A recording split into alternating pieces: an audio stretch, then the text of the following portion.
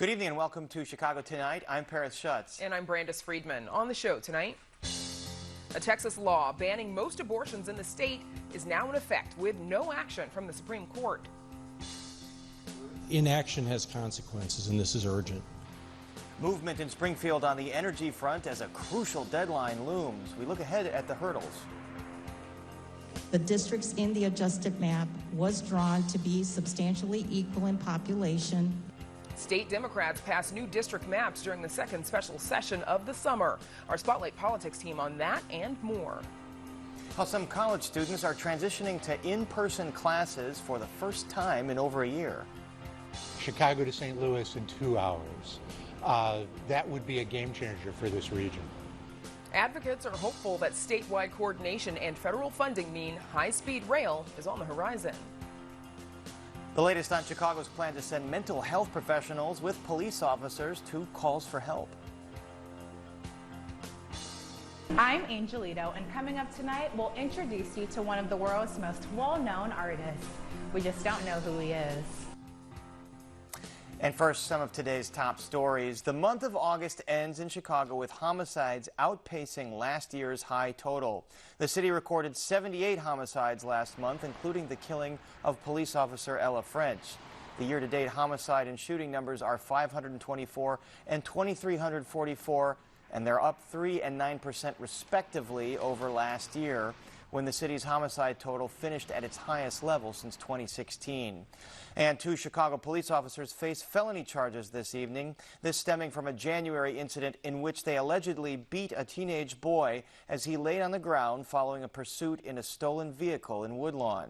According to Cook County prosecutors, the two are alleged to have beaten that 17-year-old boy, striking him in the head and body as he laid on the ground and pushing him face first into a metal fence as he was being taken into custody. And there's more on this story on our website. Concerning COVID numbers from the Illinois Department of Public Health, the state recorded its highest 24-hour new caseload since January, topping 5,000 new cases for the first time since the 23rd of that month. There are also 26 new COVID deaths recorded. This comes as Governor J.B. Pritzker sounded hopeful notes yesterday that this latest COVID peak was plateauing. President Joe Biden is getting some pushback for his nomination of former Mayor Rahm Emanuel as the U.S. ambassador to Japan. New York Congresswoman Alexandria Ocasio-Cortez slammed the pick and urged the Senate not to confirm Emanuel. She accuses Emanuel of helping cover up the murder of Laquan McDonald in 2014 when McDonald was killed by now convicted former Chicago police officer Jason Van Dyke. Emanuel did fight the release of dash cam video showing the killing, citing an ongoing investigation at that time, but then released it after a judge's order. He has denied being part of any cover-up. And up next, a spark in Springfield in more than one way. We'll explain right after this. Chicago Tonight is made possible in part by Alexandra and John Nichols, the Jim and Kay Mabey family, the Polk Brothers Foundation, and the support of these donors.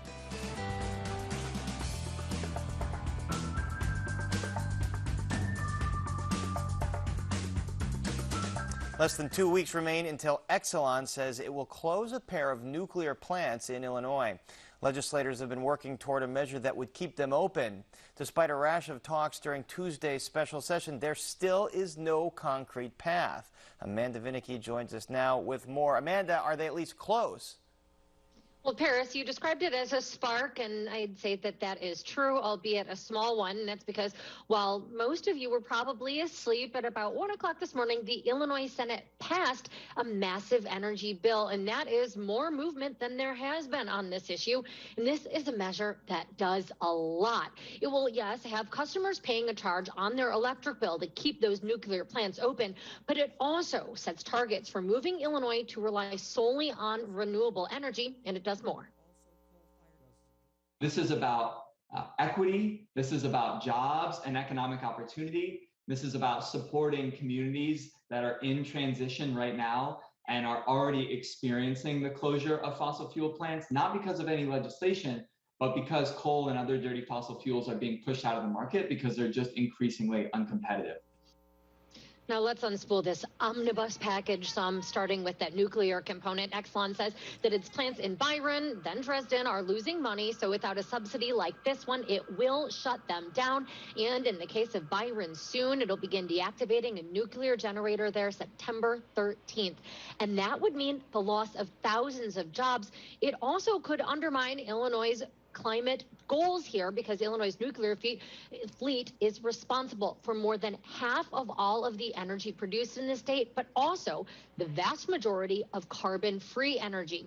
Still, Bob Gallo, who's director of AARP Illinois, says customers should not be footing the bill to keep these plants open. AARP did a study, and in it estimates that it'll cost ratepayers $14 billion over the next decade. Our concern all along has been making sure that ratepayers are represented in these conversations, and to date they haven't. And there's such a deja vu all over again about what's going on with ComEd and Exelon. This is like let's make a deal with the legislature. Now, that's in reference to the legal trouble that Exelon subsidiary ComEd is in part because of an alleged bribery scandal in which the company worked to pass a law several years ago that similarly bailed out nuclear plants in Clinton and in the Quad Cities. But this is far from the only hurdle. A major obstacle has been over how and when Illinois will scale down coal-fired power plants. Governor J.B. Pritzker and environmentalists want all coal plants closed by the year 2045. Again, all of them. They also want all of these plants, especially one that is just outside of St. Louis, that's got contracts with the municipalities, including Naperville, to have to ramp down production intermittently until that closing date. Ultimately, we need to phase out fossil fuels from our economy altogether, but we have to make emissions reductions quickly. This is time sensitive. So the longer we wait, the more tons of carbon go into the atmosphere, the more our planet gets hotter, and the more we get things like heat waves and droughts and floods, and we're already seeing that here in Illinois. So it's not enough just to have a date where we're going to do this in some far off future. We have to have those dates, but we also need to start acting right now. But critics, including legislators from downstate, say that premature targets and closures will force Illinois to import energy from neighboring states. We can issue press releases that we're going to be the toughest state in the union. We're going to get rid of carbon. Really? Because here's what's going to happen. Do you know where all those MISO electric grid electrons are going to come from? They're going to get backfilled from Indiana and Kentucky primarily, which are carbon. That, he says, or risk rolling brownouts, to which Senator Mike Hastings had this response. That's some boogeyman talk if you're running for political office.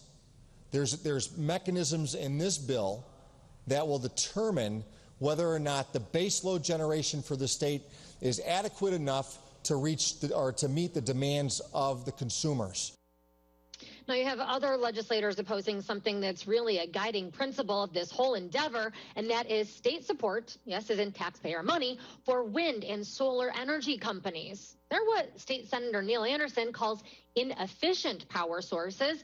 He says the priority used to be on Illinois going carbon-free, but now the goal is moving completely to wind and solar. This legislation does have a target of moving Illinois to 100% renewable energy by the year 2050.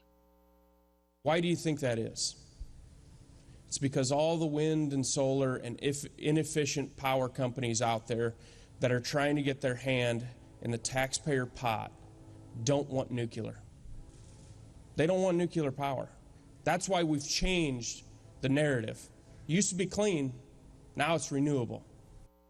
Now, these are just some of the changes. State Senator Don Harmon, who, by the way, has been in the General Assembly for 18 years, spoke to those challenges, but also hinted at hope for working something out. In my entire time in the Senate, this may be the most complicated bill and the most challenging negotiation of which I've ever been part. I met earlier today, as I have several times lately, with the governor and the speaker, and I will tell you that we have very willing and able partners in both to get this across the finish line. in particular because our efforts to listen to the governor's priorities, to ensure that there is a hard close of carbon-emitting plants, and that there are no special deals. We heard loud and clear the requirements he would have to sign the bill.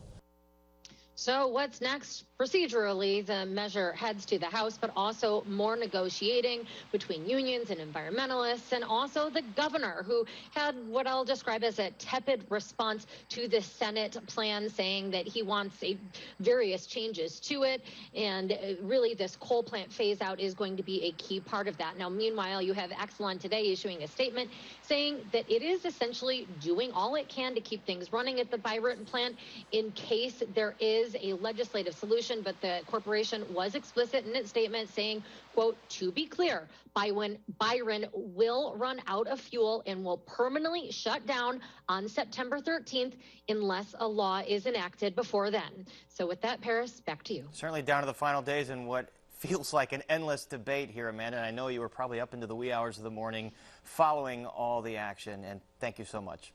Now to Brandis and the potential impact of a controversial Texas law. Brandis. Paris, a law banning most abortions in Texas took effect today with no action from the Supreme Court to block it. The law prohibits abortions after about 6 weeks of pregnancy, as soon as a heartbeat is detectable. What's more, it also allows private citizens to sue abortion providers and anyone else who helps someone get an abortion. Now, this has advocates questioning the future of Roe versus Wade, especially as the state of Mississippi is asking the Supreme Court to overturn the landmark ruling altogether. Joining us to talk about the impact of this law and the possible legal challenges ahead are Peter Breen, Vice President and Senior Counsel with the Thomas More Society, and Carolyn Shapiro, Professor of Law at Illinois Institute of Technology's Chicago-Kent College of Law. Welcome back to the both of you. Carolyn Shapiro, let's start with you, please. What is your reaction to the Supreme Court not ruling on this case? Well, I think it's possible to see a lot of different outcomes, but it is not a good sign for those of us who believe in reproductive rights. It is entirely possible that the Supreme Court will yet stay this law, that what we're waiting for is, say, dissents from justices who don't agree with that step forward. But none of it really, that would not tell us anything about what the Supreme Court is going to do in the longer run with respect to Roe versus Wade. It has already been asked to overturn, directly been asked to overturn Roe versus Wade in this case out of Mississippi, that it will be hearing this term.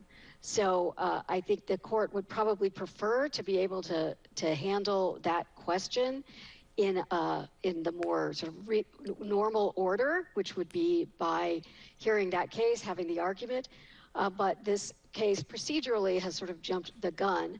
And again, for those of us who believe in reproductive rights, it's not a good sign. And we'll come back to that Mississippi case in just a bit. But Peter, what is your reaction to the Supreme Court not ruling on this case? Well, it's the correct ruling as to this law, because this is a law that needs to be dealt with in the state courts in Texas, because it's a private party dispute. The way they drafted this was a uniquely drafted law to avoid a pre-enforcement challenge against state officials. So the law will be litigated. It just will be litigated in the Texas state courts. And of course, if the reproductive rights advocates get a negative result, they can go up to the U.S. Supreme Court. But hopefully by that time you would have a decision in the case out of Mississippi. And really, the Texas legislators, in their short session, they do a short session once every 2 years. They may have thought, hey, we think that the Supreme Court is going to overturn this. And so they put this law into effect back in May, to be effective on, now, today.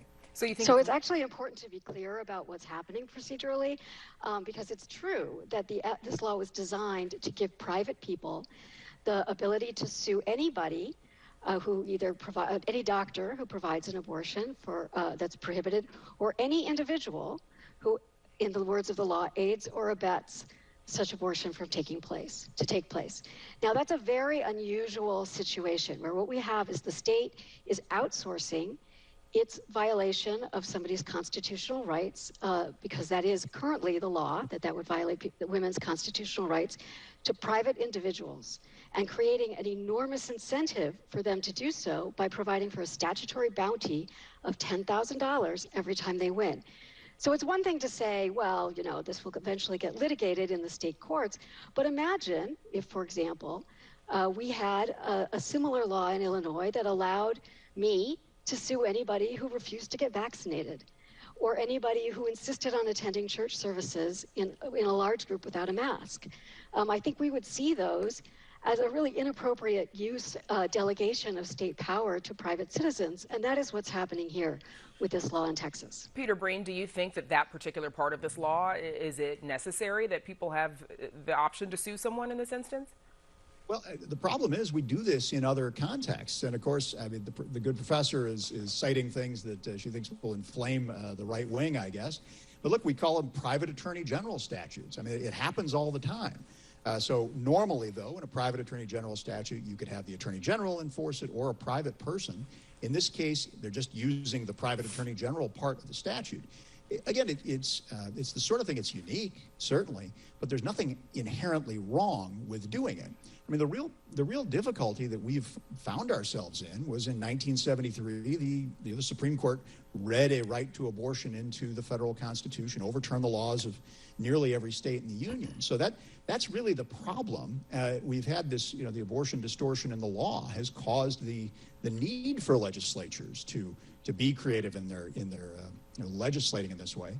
If the Supreme Court merely just puts the issue back to the states, then folks can just, you know, legislate in a more normal way. But again, private attorney general statutes, we see those all the time. So we've brought up. We actually see those when people are injured, not when any individual can sue anybody that they have no connection to. So there are significant differences between the private attorney general laws and this one. And the reason that this law was written the way it was is, in fact, to make it difficult for it to be challenged. It was a very manipulative effort. So I'm sure we can talk about that back and forth between the two of you for a while, but I do want to talk about this other legal battle that is brewing in Mississippi. Potential law would ban nearly all abortions after 15 weeks, and the state is also asking the court to overturn Roe versus Wade entirely. Peter, first, you know, how do these laws stack up as far as laws that make abortion illegal after a certain amount of time?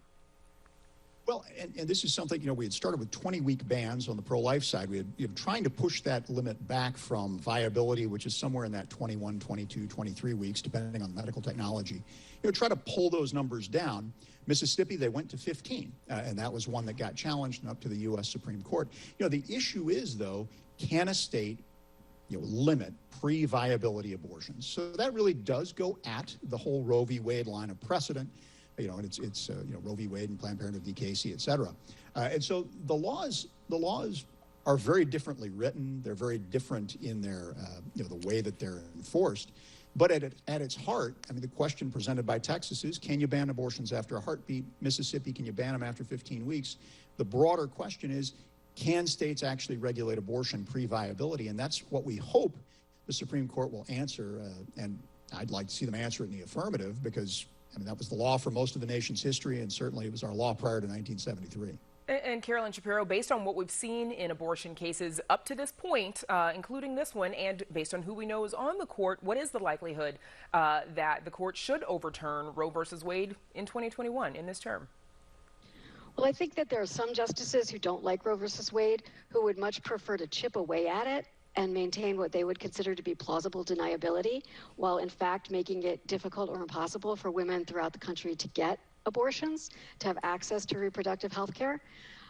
But there are some other justices on the court, for example, Justice Thomas, who's been quite explicit that he would be delighted to overrule Roe versus Wade. I think Justice Alito would join him. The question really is whether the new justices on the court want to do something that is so clearly a switch related to change in personnel, overruling a really long-standing precedent that many people don't like, but that remains a long-standing precedent. purely because there are new justices on the court, which is what it would look like. I don't think the Chief Justice would like to see Roe versus Wade overruled in that way, though I'm quite sure that he'd be happy, again, to chip away at it and make it difficult, if not impossible, for women to get abortions. Okay, a complicated subject. We'll have to leave it there. I'm sure we'll discuss this again as we continue to watch the Supreme Court. Carolyn Shapiro and Peter Breen, thank you both for joining us. Thank you, Brandis. Thank you. And now to Paris with how some local college students are handling the return to in-person classes. Paris. Brandis, fall is in the air and it's starting to look a bit like normal on college campuses across the state with the return of in-person classes and activities after nearly a year and a half. But what exactly has this transition from largely virtual to in-person learning been like? Here to discuss their experiences so far are Zoe Bridges, a senior at the University of Illinois at Urbana-Champaign, and Cesar Siete, a senior at the University of Illinois at Chicago. Welcome both of you to Chicago Tonight. Thank you. Thanks for having us. And Zoe, I'll start with you. What has campus life been like since being back? I think it's been a world of difference. Last year, it felt like a ghost town here. It was my first year as a transfer student. And this year I've just been blown away at how different campus life feels. All of my classes are full of real life people, not on Zoom. The streets are super crowded on weekend nights.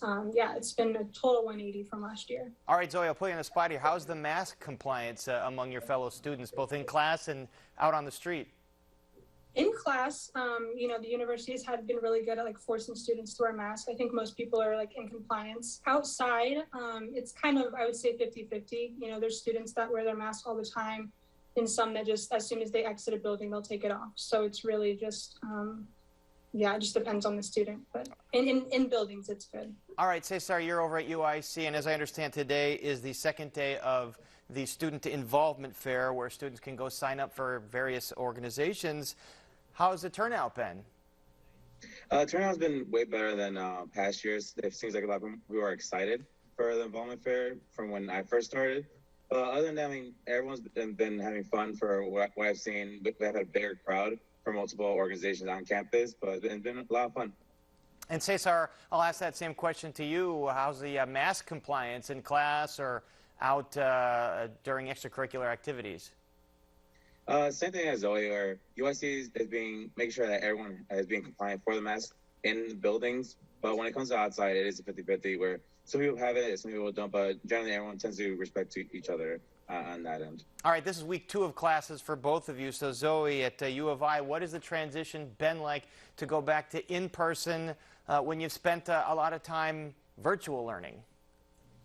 Yeah, it's a little hard to concentrate in class just because you're used to being in your room, during class. But I think overall, it's been really good for me. I think Zoom classes were really hard for me, like they were for many other people. So getting to be in the classroom, with a physical professor and students right next to me learning beside me has been really good. Yeah, Zoom classes would be hard for me too, I think. Zoe, Cesar, UIC has been doing hybrid classes. How have those been?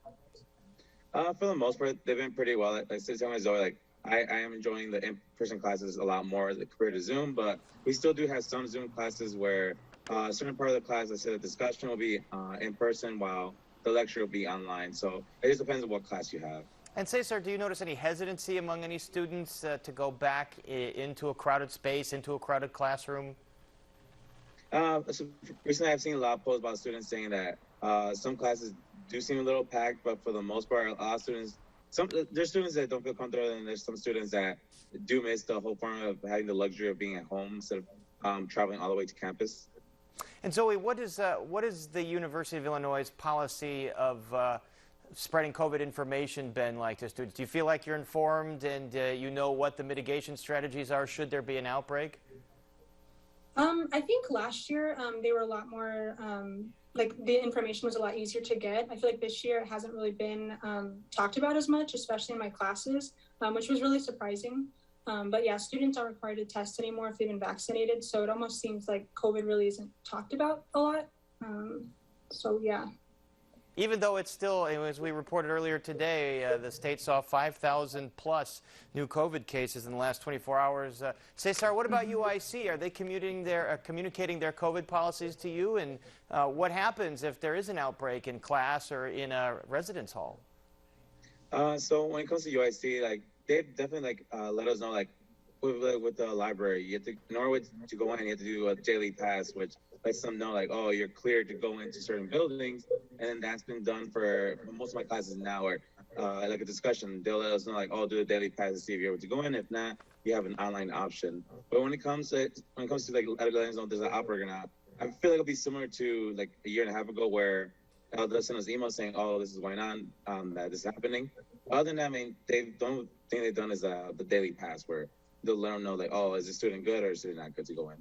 I see. Zoe, what's the conversation like among students and teachers regarding vaccines? Is it a topic you don't want to discuss or a topic everybody wants to discuss? I think it hasn't been brought up a lot. I think for the most part, everybody kind of assumes everybody's been vaccinated. I think especially like in my group of friends, you know, we've all been vaccinated. So it's kind of something that you kind of assume that if you're on campus that you've been vaccinated. But I know it's been a little tense with people that like are being forced or, you know, asked to test 2 or 3 times a week if they haven't been vaccinated in order to get into the buildings. Cesar, what about at UIC? Same thing? Is it assumed that most of your peers are vaccinated, or is it something that you don't talk about much? It's pretty much assumed that most of them are. There has been a conversation that has been brought up amongst my peers, but for the most part, everyone assumes that everyone's been vaccinated since everyone's been cleared to go to certain places. All right, well, there's a lot to think about as you return to class. Good luck to both of you in your senior years. Enjoy that last year. It's great that you're back on campus and get to enjoy that. And thanks for joining us here. Thank you. Thank you. And up next, a new effort to get high-speed rail running across Illinois, so stick around for the details. It really is about community, where we all come together. Chicago needs to make space for everyone.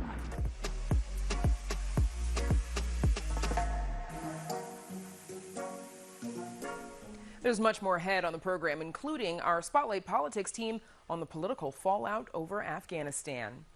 But first, imagine getting from Chicago to St. Louis by train in just a couple of hours. That's the vision of high-speed rail advocates who want to see an ultra-fast train cut across Illinois with a network of feeder trains and buses connecting cities around the state. As Chicago Tonight's Nick Blumberg reports, that vision has gotten a boost from Illinois lawmakers. When Rick Harnish travels to other countries, these are the kinds of trains he rides. High-speed rail, zipping by at 200 miles an hour or more. It's very comfortable. There's no seat belt. You can get up and walk around whenever you want. And the ride is really smooth, so you don't have to worry about spilling your drink. Harnish is executive director of the High Speed Rail Alliance. He says these ultra-fast trains can better connect a geographically spread out country like the U.S. High-speed trains give you the opportunity to travel more often, more safely, and more affordably. Harnish is hopeful high-speed rail is getting a leg up from Illinois leaders. Last month, Governor J.B. Pritzker signed into law the Illinois High-Speed Rail Commission. Its goal? To come up with a plan for a high-speed train between St. Louis and Chicago and a network of feeder trains connecting Rockford, Moline, Peoria, and Decatur. We could have true high-speed rail in this state in 10 years, but we have to commit to it. The commission's also charged with integrating current rail service from Metra and Amtrak. In our Chicago region, rail is so important to the vibrancy of our downtown. And for our smaller downstate communities like Macomb, Illinois, or Carbondale, having good quality rail service is important for their economies to allow college students to get there. It lessens on traffic congestion and it addresses climate change. James says Amtrak's ready to work with the commission, but that it's not waiting to try and improve rail service. He's also hopeful that Congress will pass a long-awaited infrastructure package due for a vote by September 27th. And if the bipartisan infrastructure bill passes, which as many know has $66 billion in it for rail programs, we are ready to partner with states and communities around the country. After years of conversations about high-speed rail, supporters are hopeful that the combination of statewide coordination and expected federal funding might mean that this effort finally has some momentum.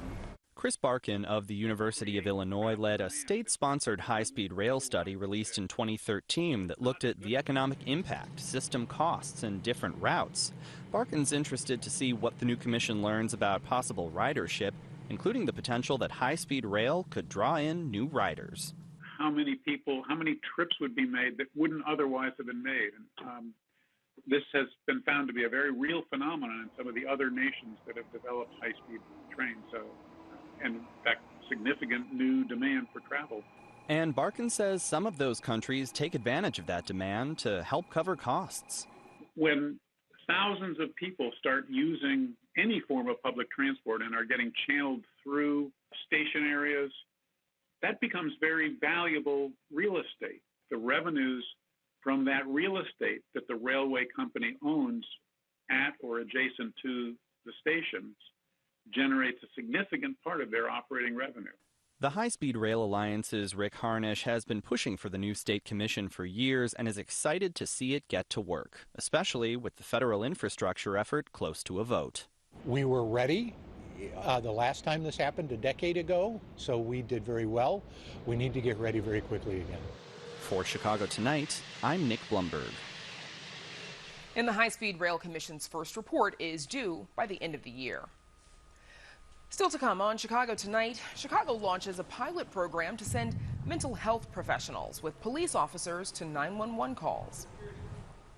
I would argue that these are some rather large adjustments. State Democrats pass new district maps despite GOP objections. Our Spotlight Politics team on the second special session in Springfield of the summer. At the end of the day, art is meant to be seen. And how Chicagoans are getting a look at one of the world's most famous street artists. But first, some more of today's top stories. The pandemic has once again canceled the city's annual Chicago Pride Parade. The parade, which typically attracts more than 1 million people to Lakeview and Uptown, typically happens on the last Sunday in June, but this year was rescheduled to October 3rd because of the pandemic and other reasons. Organizers say today they didn't feel the parade could be held safely for those attending and participating. It's already been rescheduled for June 2022, and the 20th Annual Pride Fest is still scheduled for October 1st and 2nd. Cook County families still searching for a missing loved one years after they've disappeared are getting renewed attention from the sheriff's office. Our mother, Viola Martin, has been missing for 11 years, since 2009. And it has been the hardest 11 years that my sisters and my family had to face. The family of Viola Martin joined Sheriff Tom Dart to announce the Missing Persons Project. Martin is among 170 people who've been missing from Cook County for 3 years or longer. Dart's office is launching this website with information on those cases, hoping the public will interact to work with investigators to help solve some of them. Viola Martin was 56 years old when she disappeared around Christmas 2009 from Glenwood. Her car was found in Dixmoor. And animals displaced by Hurricane Ida will soon be able to find new homes in the Chicago area. Volunteers with Paws Chicago rescued cats and dogs who'd been directly affected by the storm this week. The city's largest no-kill shelter says the animals will be given complete medical treatment before being made available for adoption through Paws Chicago's in-person adoption application process. And now to Paris for details about a new program sending mental health help on 911 calls. Paris. Thanks, Brandis. Chicagoans who call 911 in some parts of the city while experiencing a mental health crisis can now get help from not just a Chicago police officer, but also a paramedic and a mental health professional. That's what officials said today during a committee meeting with city council members. And WTTW News reporter Heather Sharon joins us now with more. So Heather, this is part of a 2-year pilot program. Tell us how it works. Well, instead of calling 911 and getting a police officer to come help you, the city is instead going to dispatch a trained officer to reduce conflict, as well as a paramedic and a mental health professional in 2 parts of the city, on the north side in Lakeview and Uptown, and on the south side in Auburn, Gresham, and Chatham. And the hope is that it will prevent these crises, which can spiral out of control very quickly, from getting worse, and to make sure that the person who needs help gets help and doesn't unnecessarily end up in jail or the hospital. And tell us how the city city is paying for this? Well, it's going to cost $3.5 million, and that money was in the 2021 budget approved by the City Council nearly 9 months ago. And that was a real point of contention as the mayor worked to make sure that she had enough votes to pass this spending plan, because it was something that progressive aldermen cared a significant amount. And let's hear from one of those progressive aldermen, alderperson Rossana Rodriguez-Sanchez, who spearheaded this effort. When we first proposed this, we were told no. But now I see that that is the direction in which you are moving. So I am glad, but I also want to give credit to the people who pushed for this to happen. All right, Heather, what's she referring to here? Well, Alderman Rodriguez-Sanchez wants no police officers to be involved in responding to these sort of calls where somebody's suffering a mental health crisis. She wants mental health professionals and paramedics. Instead, the mayor wanted a police officer to be on every call. So the city is going to test both responses with the program that doesn't send a police officer starting later this fall in 2 other parts of the city. There may be results as soon as 6 months to give us a sense of whether this is working. All right, we'll see how these 2 different approaches work. And Heather, stay right there because, of course, we have Spotlight Politics coming up. Thanks, Paris. And you can read Heather's full story on our website. That's WTTW.com/news. And as I just mentioned, Spotlight Politics is up next. We'll talk about the latest session in Springfield with lawmakers, the Afghanistan pullout, and much more. So please stay with us. Don't ever miss Chicago Tonight. Subscribe to our podcast. Get a daily download of our show delivered to your desktop or mobile device. Go to WTTW.com/Chicago Tonight podcast and subscribe. State legislators hold the second special session of the summer, passing new district maps and rejecting an amendment to ethics legislation. In Chicago's City Council, budget season is underway, and Chicago Public School students head back to school. Joining us now with more is the entire Spotlight Politics team. Welcome back, Amanda Venicky, Heather Sharon, and Paris Schutz. So first up, Amanda, let's start with you, please. You've been covering the second session in Springfield all week, and a mandatory veto on an ethics bill sent back to legislators by the governor did not pass. Tell us what happened there. Well, so this was supposed to be one of the signature laws of the session, given all of the corruption, calls to do something about it. And this was the legislature and Governor Pritzker's answer, a measure that would do things like require more fulsome economic interest statements, also curtail a little bit when legislators leave the General Assembly and then go on to become lobbyists. But really, the legislature and Pritzker had been under pressure from good government groups to do more, also from the Inspector General, who said that this law that passed showed how not serious the lawmakers were about dealing with ethics.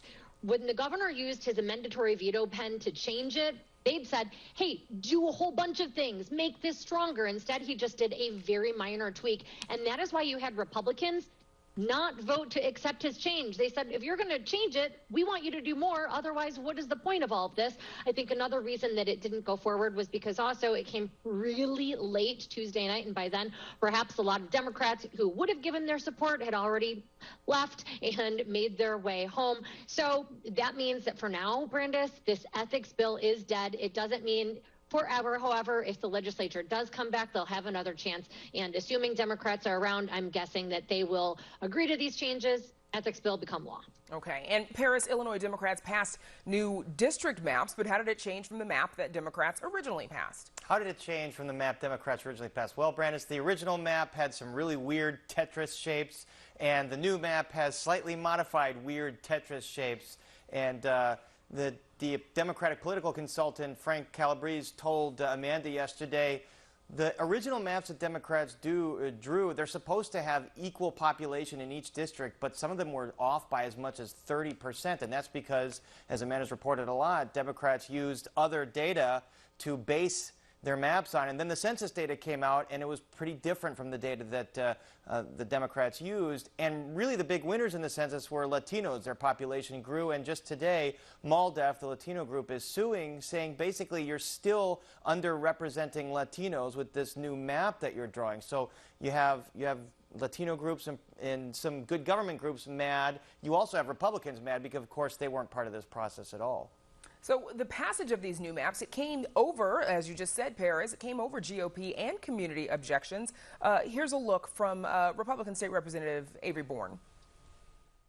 This process has been a huge sham, to say that now at the end, there's this magic resolution that's going to come and ease all of our concerns.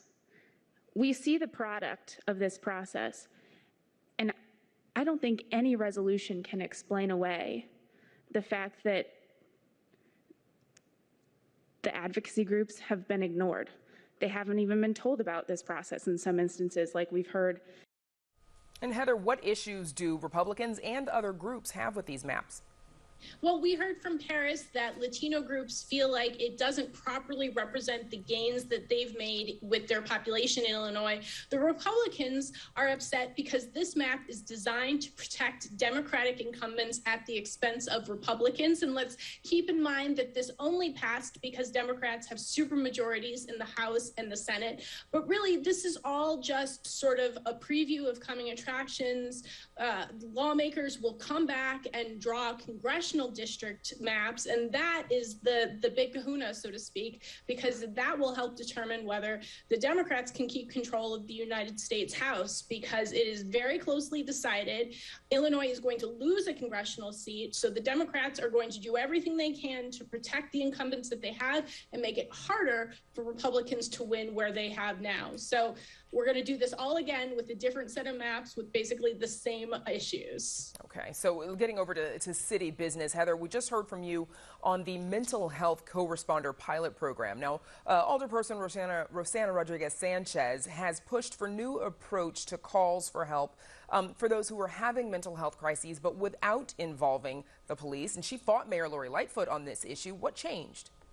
Well, it was really interesting because during this hearing, Alderman Rodriguez-Sanchez and Alderman Maria Hadden, who were both on the same side of this issue, wanting to get police out of the business of responding to calls for help from people in mental health crisis, seemed surprised. They were like, "Oh, you're doing this. You're moving forward with what we wanted." And both of them said that they had felt cut out of sort of the development of this process and were pleasantly surprised to see it. This was a big issue in the 2021 budget. It was really what made Alderman Hadden and also Alderman Andre Vasquez of the 40th Ward vote for it.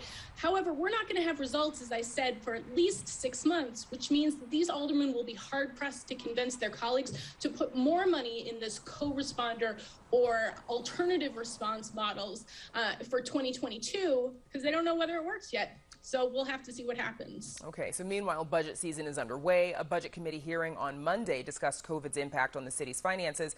Some want to use some of the federal relief dollars to balance the budget, but others think that money should go to help struggling Chicagoans. Paris, is there a tough fight ahead here?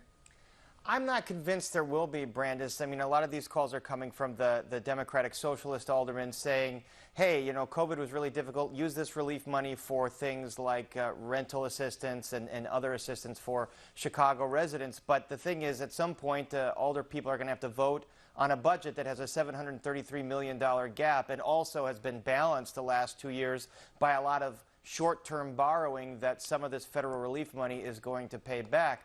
And they're saying, well, why don't you pay that back, later when the economy gets going more and more and more, because we're still in the COVID fallout. But the problem is the economy could go the other direction if there are more shutdowns or things like that. So I would assume, and maybe Heather has a different opinion on this, that most alder people probably don't want to leave a budget that much not in balance.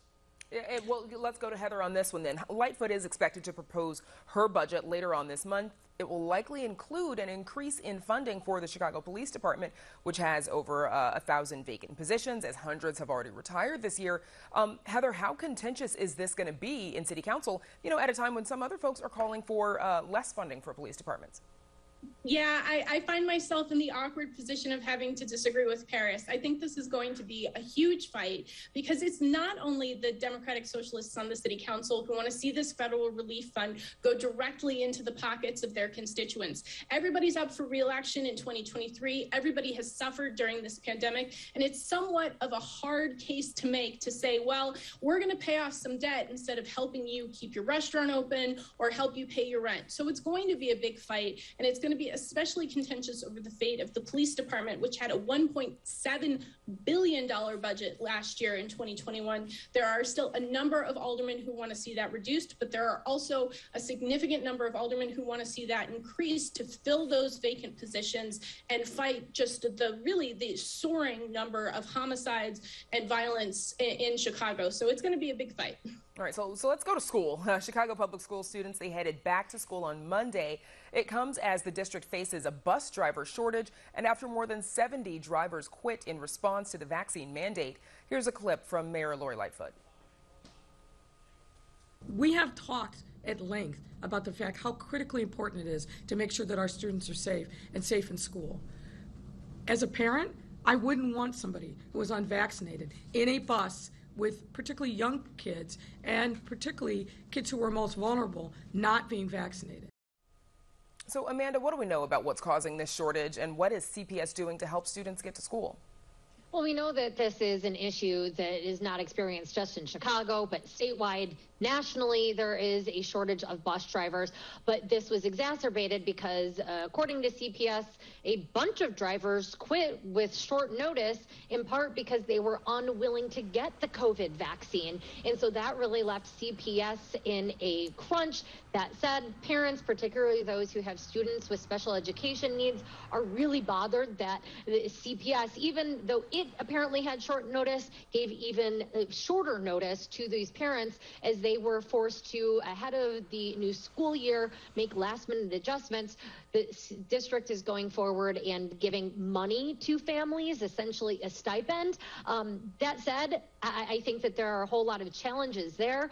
I don't know, maybe workplaces will be a bit patient. Of course, we're still in a pandemic and things are quite odd, but not everybody has that luxury. And further, to send your child on a Lyft or an Uber, there are, of course, security concerns there as well. So it certainly is a big issue, again, not just for Chicago. And just, I covered this this week a little bit, Amanda, to add to that, I'm seeing some parents on Twitter expressing their concern that they're having a lot of problems getting through to the district and figuring out how their students who are special needs and do need those bus rides, how they are expected to be getting to school. But, I'm also hearing, and I think the Chicago Teachers Union as well as SEIU Local 73, who went on strike with the union almost 2 years ago, that they're having a press conference bright and early tomorrow morning. They're getting lots of reports of overcrowding, especially in the high schools. We got some video earlier this week of high school students. Here it is at Taft High School from a source. This is a passing period, and you can see how crowded it is there. And I'm hearing reports that the same is happening at other schools at Taft, at Lane Tech, Lakeview, Peyton, and Phillips. So we're going to hear from the union about that tomorrow, and certainly they'll probably make a decent amount of noise about the layered mitigation strategies that are supposed to be happening at CPS. Getting to some national and international news, earlier this week, U.S. officials declared the end of the war in Afghanistan. Illinois senior Senator Dick Durbin said today that he expects O'Hare to be a destination for many refugees. There are many who are going through processing now in third countries, Germany, Qatar, United Arab Emirates, and others. And as they go through the initial stages of review, they will ultimately be transported to the United States, where they may need to be separated for some period of time while that review is completed. Camp McCoy in Wisconsin is one of the sites that's been mentioned, and that argues for the possibility that O'Hare ends up being one of the destinations. And Paris, what are you hearing from refugee groups in the city? Well, they're expecting around 500 Afghan refugees to wind up in the Chicago area. And they're saying even though the airlift took 120,000 plus people out of Afghanistan, they all have heard from people that are still there that want to get out and that are in danger for their life in some instances, not just Afghans that assisted U.S. forces, but their families, they say that the Taliban is going to hunt down not only the folks that assisted, but their families. So they want to get their families out of there, too. And there are a lot of resettlement groups here in Chicago. They are ready to go. There are a lot of resources, groups like Catholic Charities, Refugee One. This is what they do. And so there, and as Mayor Lightfoot said, this is a welcoming city. So it seems like the overwhelming sentiment in Chicago is, bring refugees here. This is a city built by immigrants and refugees, and Afghan refugees would fit in perfectly in Chicago, especially around Rogers Park. And Amanda, how significant an impact will the political fallout from all of this have on the Biden administration and his legacy going forward? Well, war, of course, is chaotic. So I think it's difficult to imagine a scenario in which ending a long-running war would be anything but that. Nonetheless, this is deemed, I think, largely as particularly bungled and has many questioning Biden's leadership. Not everybody, of course. There are certainly those who say, again, that no matter what, this is going to be difficult. And Biden did what he could with a deal that he was helped, by the way, with an end date negotiated by his predecessor, of course, President Donald Trump. So, yes, I think nonetheless, this is going to leave scars. And by the way, Republicans are going to do everything they can to continue to put the blame on Biden for this. There are even those, including members of Illinois' congressional delegation, that are saying that Biden should be impeached over this. So I think it hurts him. And it hurts him, by the way, also with some of the United States international allies. But going forward, I think we're going to have to watch and see what other fallout there is in the Middle East with our allies to see how big and how long-lasting a stain this is for the Biden administration, which really is still in the early stages of his term. And go ahead, Paris. Go ahead. I was just going to say, I mean, there's more than a year until the midterms, and the age we live in, attentions are so short and attention spans don't last very long that. And the data seems to suggest that people make their decision more on domestic issues than on international issues. So, Republicans certainly do want to keep this as an issue. And if they do retake the House, I think in 2022, you might still see Benghazi-type commissions. Or this might disappear from the public consciousness. Okay, so before, let's go out on a Rahm. We've got about 30 seconds left. Heather, other national news. New York State Representative Alexandria Ocasio-Cortez called the nomination of former Chicago Mayor Rahm Emanuel, his nomination for ambassador to Japan, shameful. What's her reasoning? Well, she accused former Mayor Rahm Emanuel of covering up the police murder of Laquan McDonald in 2014. Of course, Rahm Emanuel denies that he was part of any cover-up, but she is clearly throwing down a marker that Rahm Emanuel is no longer acceptable to the Democratic Party, and she is really the spokesperson for its progressive wing. So his Senate confirmation hearings should be fun to watch, if nothing else. We'll all be there. From here, watching, obviously. All right, that's Spotlight. Amanda Vinicky, Heather Sharon, Paris Schutz. Thanks. Up next, a new exhibit featuring works from one of the world's most infamous street artists. But first, a look at the weather.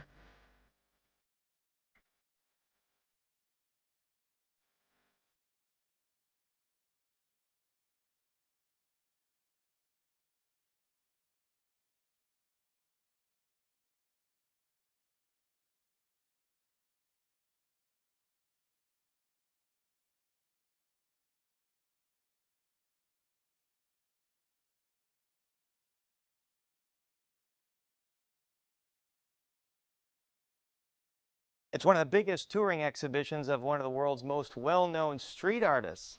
Arts correspondent Angel Ito introduces us to the art of Banksy.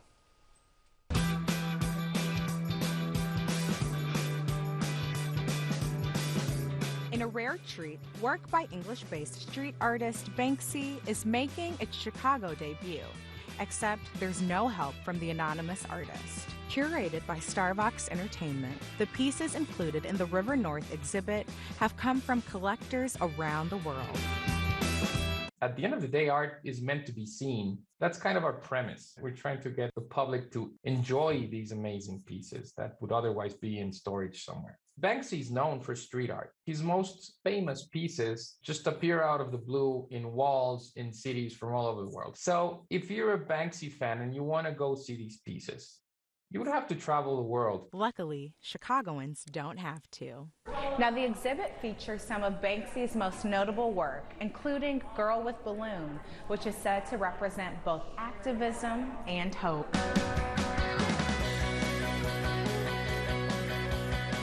Among the 80 featured pieces, there are many recognizable works by the anonymous artists, including Flower Thrower and Love Rat.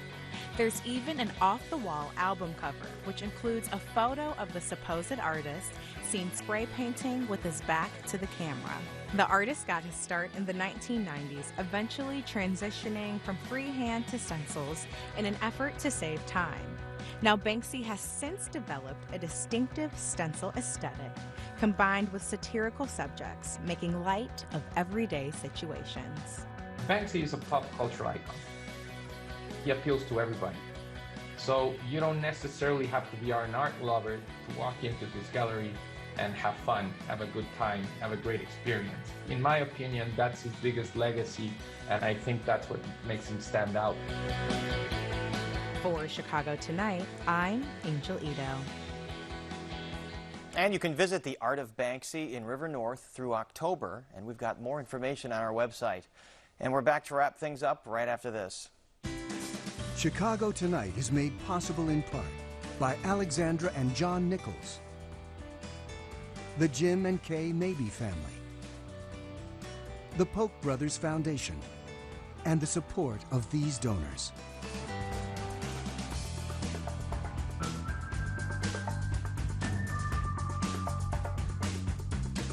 And that's our show for this Wednesday night. Don't forget to stay connected with us by signing up for our daily briefing. And you can get Chicago Tonight streamed on Facebook, YouTube, and our website, WTTW.com/news. You can also get the show via podcast and the PBS video app.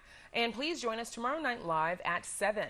Historic preservation and COVID adaptation. We visit Des Plaines for this week's In Your Neighborhood series. And meet one of the subjects of the Netflix documentary Pray Away, who was also the first openly gay chaplain at Wheaton College.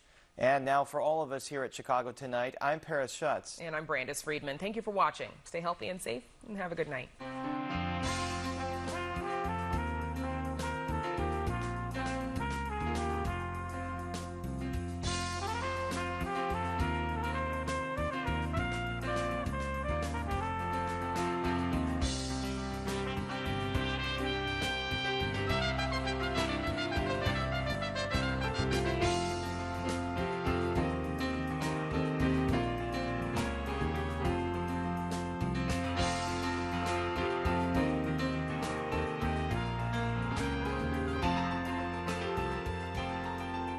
Closed captioning is made possible by Robert A. Clifford and Clifford Law Offices, a personal injury law firm dedicated to preserving the dignity and rights of all individuals.